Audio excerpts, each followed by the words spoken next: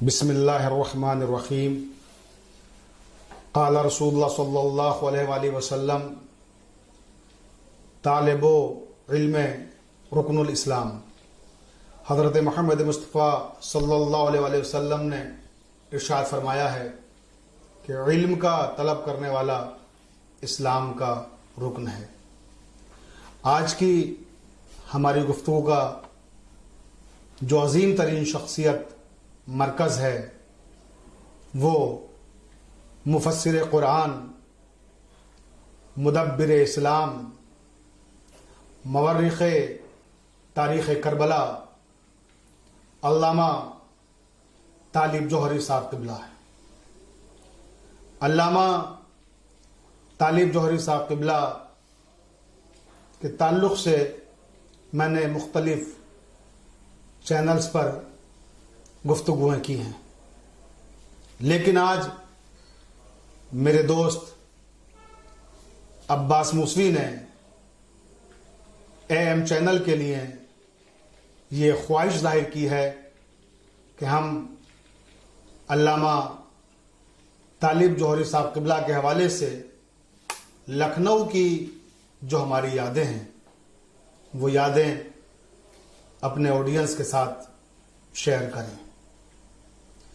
میں یہاں ابتدائی منزل میں یہ عرض کر دوں کہ علامہ طالب جوہری صاحب قبلہ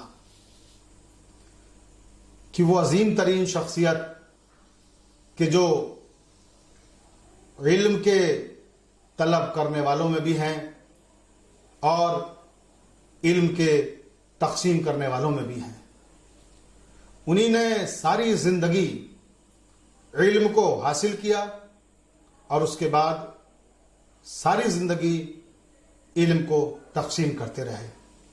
کبھی مسند درس پر بیٹھ کر رزق علم تقسیم کیا تو کبھی فراز منبر سے رزق علم تقسیم کیا۔ تو وہ طالب بھی تھے اور قاسم بھی تھے، انہی نے علم کو حاصل بھی کیا اور علم کو تقسیم بھی کیا۔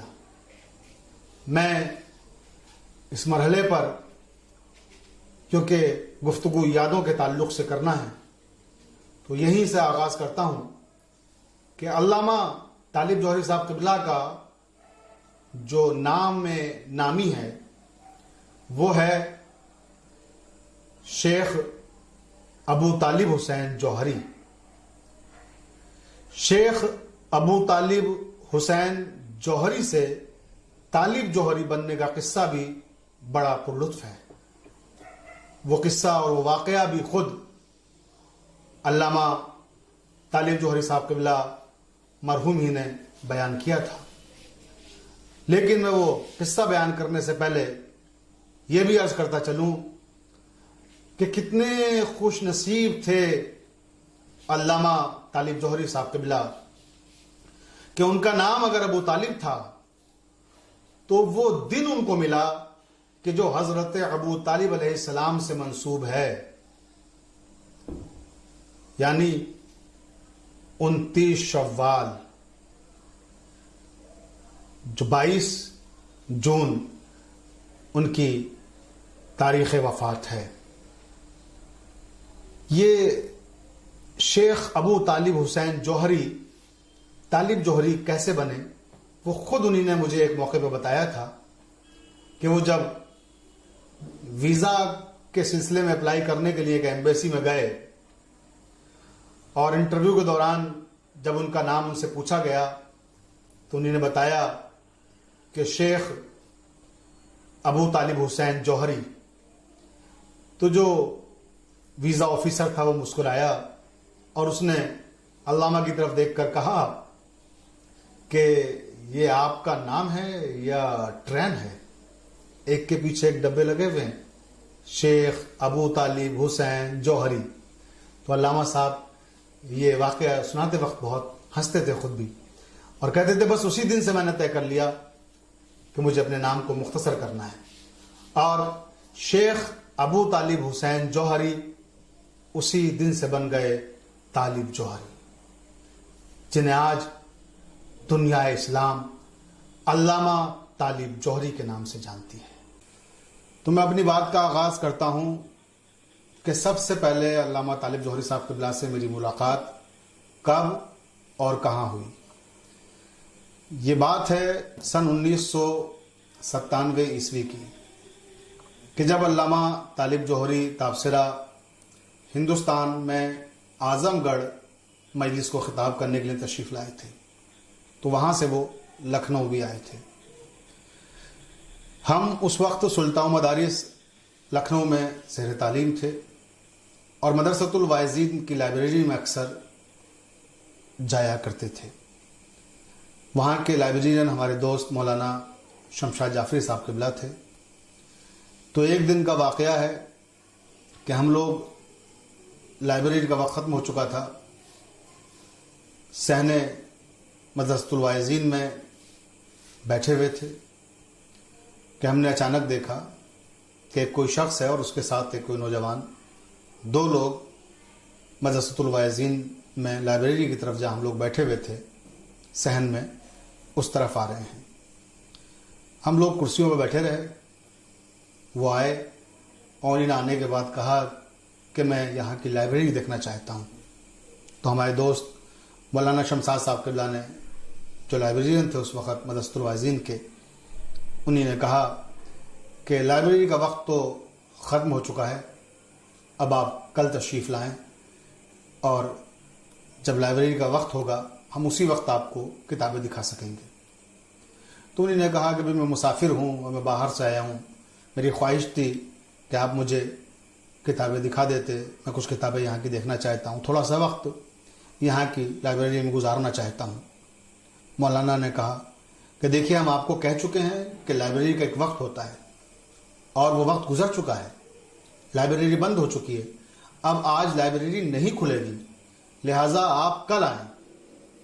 جب تھوڑا سا سخت لہجے میں مولانا شمشاد صاحب نے انہیں جواب دیا، تو اس آنے والے شخص نے جب اپنا تعارف کرایا تو ہم سب اس قدر شرمندہ ہوئے اور کرسیاں چھوڑ کے کھڑے ہو گئے۔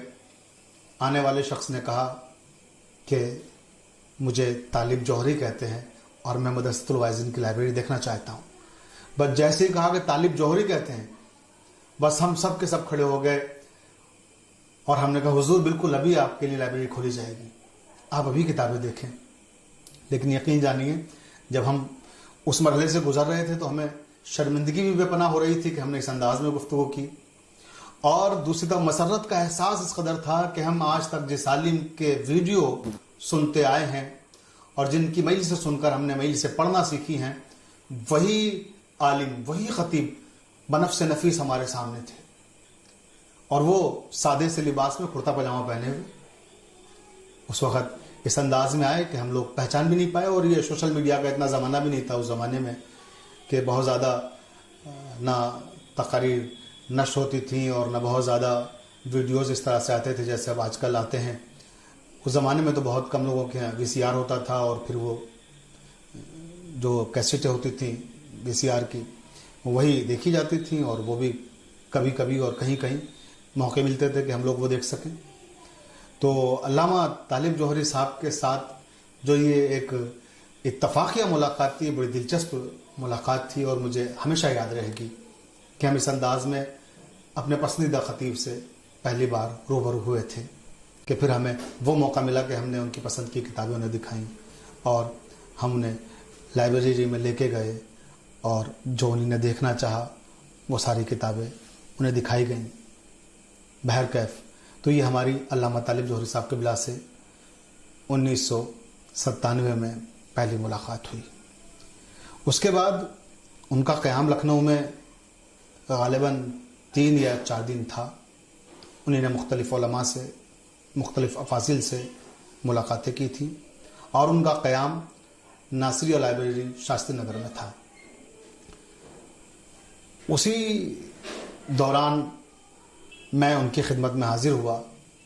ناصریہ لائبریری میں جب ان کا قیام تھا، میں نے ان سے درخواست کی کہ میری کتاب زندہ آوازیں شائع ہونے جا رہی ہے، لہٰذا میری درخواست ہے آپ سے کہ آپ میری کتاب پر تقریض لکھ دیں۔ انہی نے کہا کہ آپ مسودہ لے کر آئے ہیں؟ میں نے کہا جی میں مسودہ لے کر آیا ہوں۔ میں نے انہیں مسودہ اپنی کتاب کا دکھایا۔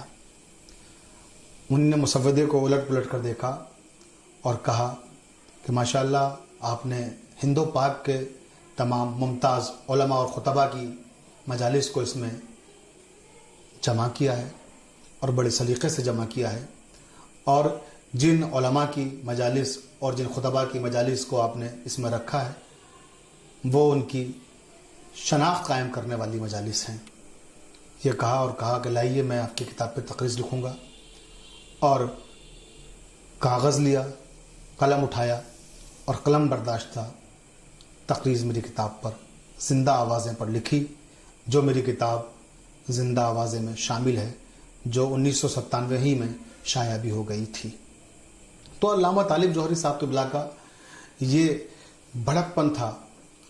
ہم بہت ہی معمولی سے طالب علم، اور اس وقت تو بالکل ہی چھوٹے تھے۔ آپ تصور کر سکتے ہیں کہ یہ بات تقریباً 23-24 سال قبل کی ہے۔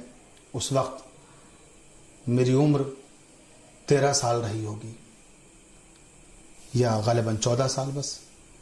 تو اس کم عمری کا ایک طالب علم، ایک بچہ آ کے ان سے فرمائش کرتا ہے، اور وہ اتنی عظیم شخصیت، وہ ان کے عروج کا زمانہ تھا۔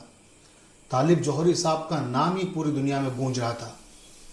طالب جوہری صاحب کے علم کا جو دبدبہ تھا اور جو ان کی خطابت کا شور تھا، پوری دنیا اس سے گونج رہی تھی۔ اس وقت مجھ جیسے ایک معمولی سے طالب علم کی حوصلہ افزائی کرنا اور اس محبت سے پیش آنا، یہ میں کبھی بھی اپنی زندگی میں فراموش نہیں کر سکتا۔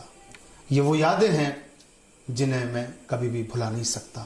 میں یہاں پر ایک اور بات کا تذکرہ کرنا چاہوں گا کہ علامہ طالب جوہری صاحب قبلہ کو کتابیں مفت میں لے کر پڑھنے کا شوق نہیں تھا، وہ کتابیں خریدتے تھے۔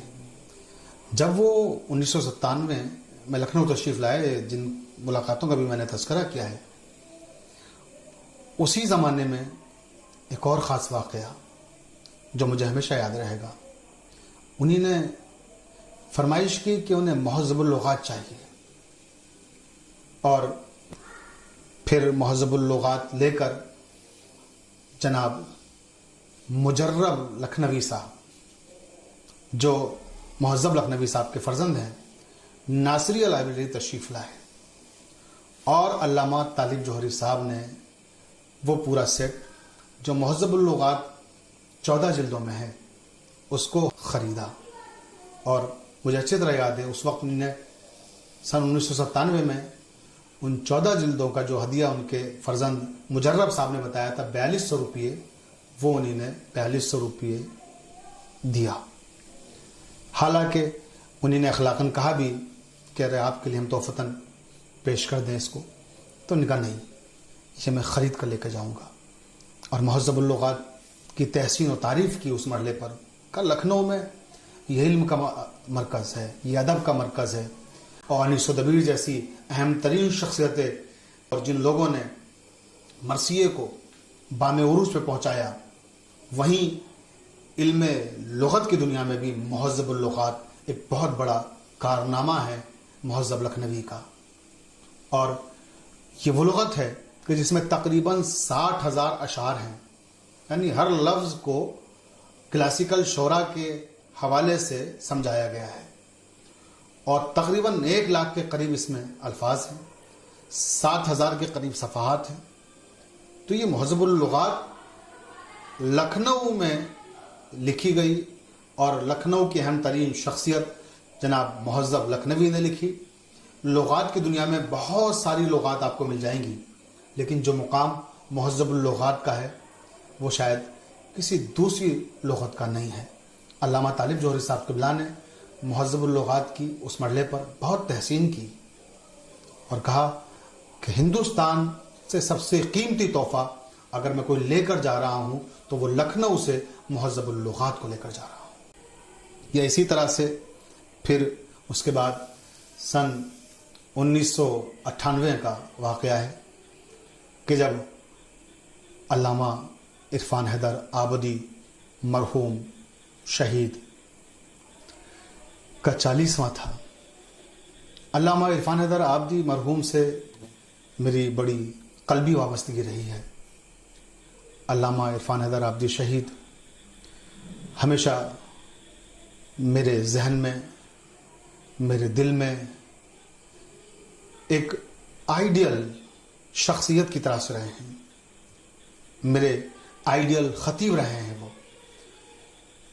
تو جب ان کی شہادت واقع ہوئی تھی تو ظاہر سی بات ہے کہ میرے لیے وہ غم بہت ہی بڑا غم تھا۔ میری جذباتی وابستگی ان کے ساتھ ایسی تھی، وہ ہمارے وطن سانکنی ضلع بلند شہر تشریف لا چکے تھے مجلس خطاب کرنے کے لیے، اور اس کے بعد کچھ دن کے بعد ہی اچانک وہ حادثہ پیش آیا جس میں انہیں شہادت نصیب ہوئی۔ تو میں جب ان کے 40ویں کے موقع پر کراچی پہنچا اپنے بھائی جناب سید جاوید زیدی شانو کے ساتھ، تو اس موقع پر علامہ عرفان حیدر آبدی کے 40ویں میں بہت سارے علماء اور خطباء نے مجالس کو خطاب کیا تھا، لیکن جو 40ویں کی مرکزی مجلس تھی وہ علامہ طالب جوہری صاحب نے خطاب کی تھی۔ اس موقع پر جو 2 جملے انہوں نے کہے تھے وہ بہت بڑی بات ہے۔ کیا ظرف تھا ان کا۔ آج کے زمانے میں لوگ اپنے معاصرین کی تعریف کرنے سے بخل کرتے ہیں، ان کی صلاحیتوں کا اعتراف کرنے میں جھجک محسوس کرتے ہیں، لیکن کیا اعلیٰ ظرفی تھی علامہ طالب جوہری کی۔ انہی نے اس مجلس کو خطاب کرتے ہوئے بارگاہ شہدائے کربلا انچولی میں منبر سے یہ کہا کہ اب مجھے مطالعہ کرنے کی ضرورت نہیں ہے، میں مجالس پڑھنے کے لیے جس کے لیے مطالعہ کرتا تھا اب وہ شخصیت نہیں رہی۔ بہت بڑی بات تھی یہ ان کا یہ کہنا کہ گویا میرا مد مقابل اگر کوئی تھا تو علامہ عرفان حیدر آبدی، ان کی وجہ سے میں منبر پہ آنے سے پہلے گویا اپنے آپ کو تیار کرتا تھا، میں ان کی وجہ سے گویا کثرت سے مطالعہ کرتا تھا۔ یہ اعتراف کرنا کوئی چھوٹی بات نہیں ہے اتنے بڑے عالم کے لیے۔ یا پھر انہی نے اسی مجلس کو خطاب کرتے ہوئے ایک جملہ اور کہا تھا۔ اس موقع پر انہی نے ایک اور یادگاری جملہ کہا تھا۔ انہی نے کہا تھا کہ یہ نہ سمجھیے گا کہ علامہ عرفان حیدر آبدی اگر شہید ہو گئے، وہ اس دنیا میں نہیں رہے تو ان کا مشن ختم ہو گیا۔ میں ان کے مشن کو کبھی ختم نہیں ہونے دوں گا۔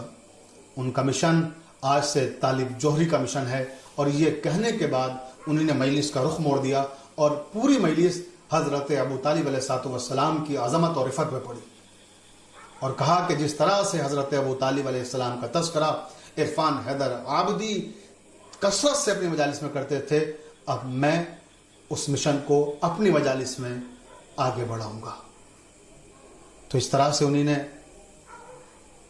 بالاعلان مومنین پاکستان کے درمیان جس طرح علامہ عرفان حیدر آبدی کی خدمات کا اعتراف کیا اور جس طرح سے ان کے مشن کو آگے بڑھانے کا اعلان کیا، وہ تاحیات اپنے اس عہد پر قائم رہے، اور انہی نے اپنی بیشتر مجالس میں سرکار ابو طالب کا تذکرہ کیا۔